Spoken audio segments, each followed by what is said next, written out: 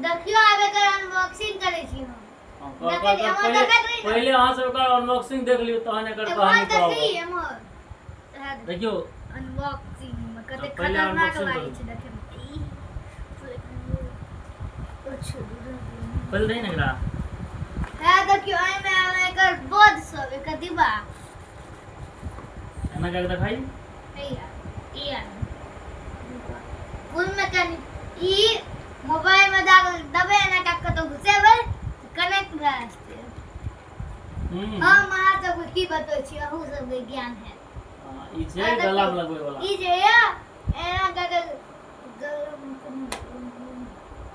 हमरा ज्ञान नहीं। चलो ज्ञान हम बाद में बता देब ज्ञान अहाँके। बाद में दे देते। ई गर्दन में लगबै वाला दूगो छै। हां एगो हैया एगो हैया।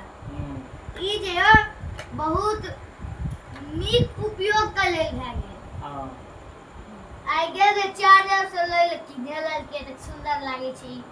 देखियो एकर दीवा सुन लेलिए सबटा कहानी। ई छौड़ा जे छै से वीडियो जे बनेनाइ शुरू केलक तो ओही दिन से हमरा तंग केने रह जे हमरा माइक आनि दिअ नहीं तो हम वीडियो नहीं बनाएब। ओही दुआरे आइ मधेपुर गेल रहिए मार्केट तो कहलिए एकटा लए लै छी। हमरो कनी ब्लॉग त्लॉग शूट करे में कनी दिक्कत होइ छल कियाकि ओनाहू जे कोनो वीडियो बनबै छलहुँ तऽ आवाज गड़गड़ाइ छल तऽ कहलिए जे एकटा पहिलुक छोट छीन शुरुआत कयल जाय।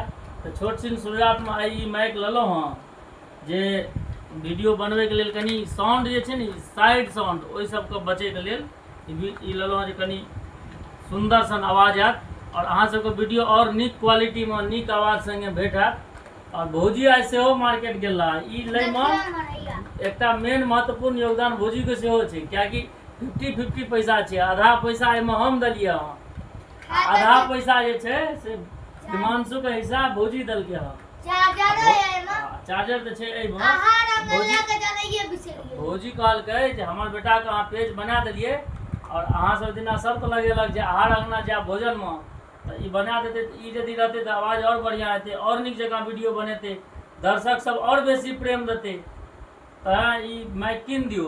हमरा 4-5 दिन से कहै छल जहिया पेज एकर बनेलहुँ फर्स्टे दिन से कहै छलहुँ जे एकटा कीन कऽ आनि दियौ मैप। कहलियै अब हम जहिया मधेपुर जायब तहिया कीन कऽ आनि देब। आ भौजी से कनि पुछियौ गप। अहाँ भौजी कहै छै कि जे अहाँके हम कहै छलहुँ किनै लए नहीं कीन देबै नहीं कीन देबै। आइ कीन देलियै ने भेलै ने खुश। अहाँ खुशी तऽ छी लेकिन अहाँ तऽ दुखी छी। दुखी नहीं रहू वो बादक बात छै दुखी वाला। एखन ई माइक जे एलै एकर अनबॉक्सिंग भेलै एकटा छोट सी शुरुआत छै। आई ई माइक एलै हँ मात्र 1400-1500 रुपया के छै। अगर अहाँ सबके पब्लिक सपोर्ट बनल रहतै आगू दिन और बेसी अहाँ सब व्यूज देबै बेसी नीक जेना देखबै शेयर करबै लाइक करबै तऽ भए सकै आगू दिन ऐसे नीक धीरे धीरे अपग्रेड होइत रहतै सब चीज। तैं एखन हम शुरुआत कए रहल छी एखन एगो गजेट का।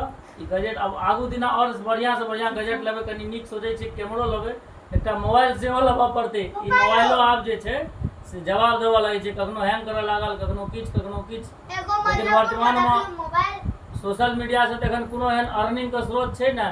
अपने जेबी से लगा के स्टार्टिंग केलहुँ हँ तऽ अपन ई लेलहुँ हँ छोट छीन और आगू दिन लेबै नीक नीक चीज और एगो फोन से लेना बड़ जरूरी छै आब वीडियो बनबैके लेल। तऽ अहाँ सब जे छै से वीडियो के शेयर करियौ आ वायरल करियौ तऽ यदि संभव हेतै बढ़िया सपोर्ट भेटतै तऽ एकटा मोबाइल लेल जेतै आगू दिन।